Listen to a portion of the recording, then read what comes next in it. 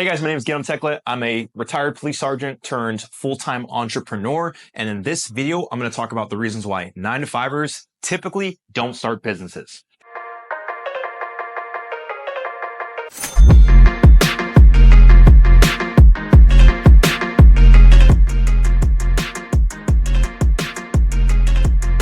Hey, so welcome to my office. You're probably thinking to yourself, man, this looks like a nice setup. Got the studio display, nice desk, and all that good stuff. Well, check this out. I wasn't always in this position, right? I used to have conversations with my guys just like this in the military and in law enforcement. I actually was a police sergeant in the city of Oakland. I was making a decent amount of money. To this day, I always keep this picture because it always reminds me of where I came from and the work ethic you got to have to make sure you get it. So got this picture of my old squad from a few years ago. Now, the reason I bring this up, guys, is because at the end of the day, people would say you had the life. I was making about $250K a year as a cop with overtime in the Bay Area. So, granted, there's a cost of living, all that good stuff, but I had a decent car. I had all my bills paid for, had a house, all that good stuff. So that's what they call the American dream. Here's the thing, guys. The new American dream is actually having flexibility and freedom. And you're not going to get that with your 9-to-5. It sucks, but it's the reality. And at the end of the day, this channel, guys, we're going to talk about some real shit. So if you want to get more info like this, make sure you hit the like and subscribe button, right? So back to the actual story, right? So now I was making a decent amount of money, had all that good stuff, but I wasn't fulfilled. And here's the reason why. I was missing a lot of events for my family. I was missing a lot of time that I could spend with like personal relationships. And honestly, I just got bored. Because, at the end of the day, you would think like going after guys that are doing some violent crimes and all that good stuff, like it's very cool, right? And it's very, I guess you can say you can be passionate about it, but long term, you get to a point where you're just like, man, like, what am I going to do long term? Is this what I see myself doing? The rule of thumb I always like to ask myself is, if you don't see yourself doing something 30 years from now, then why are you doing it 30 minutes from now, right? And it might seem like a little extreme, but I like to like move very quickly. And that's one of the things you got to have in business. So typically what I found in the 9-to-5 world, right? And I know I was a little bit on the extreme end of like 9-to-5s, but we resonate in the same position. You're not just going to quit your job. It's tough. When I was deciding to actually leave, man, I went through everything. I went through the freaking anxiety. I went through like, man, what if it doesn't work out? Man, I'm not going to get my job back. I'm going to be embarrassed. My family, this, that. It's normal. It's normal. And guess what? In the business world, sometimes you feel it all the time. So you just get comfortable being uncomfortable.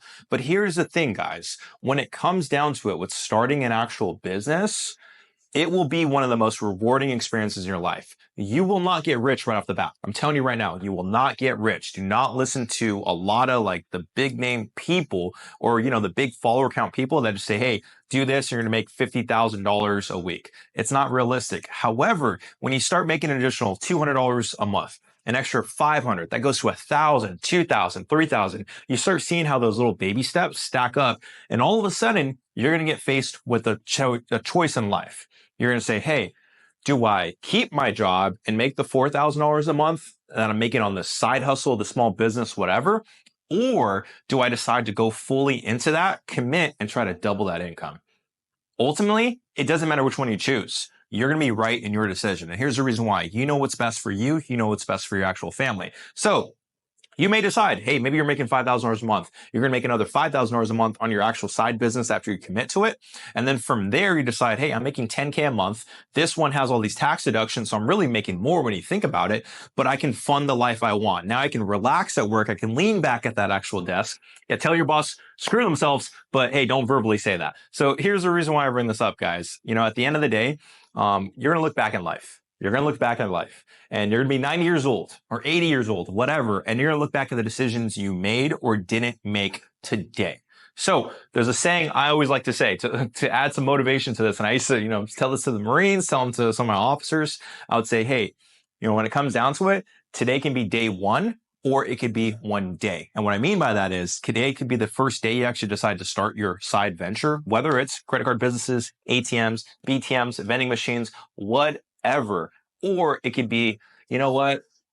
I'm going to start one day. And I don't want to be that latter person. So if you're in a 9-to-5 right now and you're thinking to yourself, man, I don't know what to do, I would highly suggest you start with something simple. something you understand. Whether it is, we venture for credit card businesses, like these different like point of sale systems or these actual devices that you can make a few $100s a month from each one of these, or you can do cash ATMs, you can do vending machines, you can do some of what these boring businesses that, guess what? We call them boring, but when you're making $2,000-$3,000 a month, guess what? You're going to be pretty happy because at the end of the day, you're not doing as much work as another business.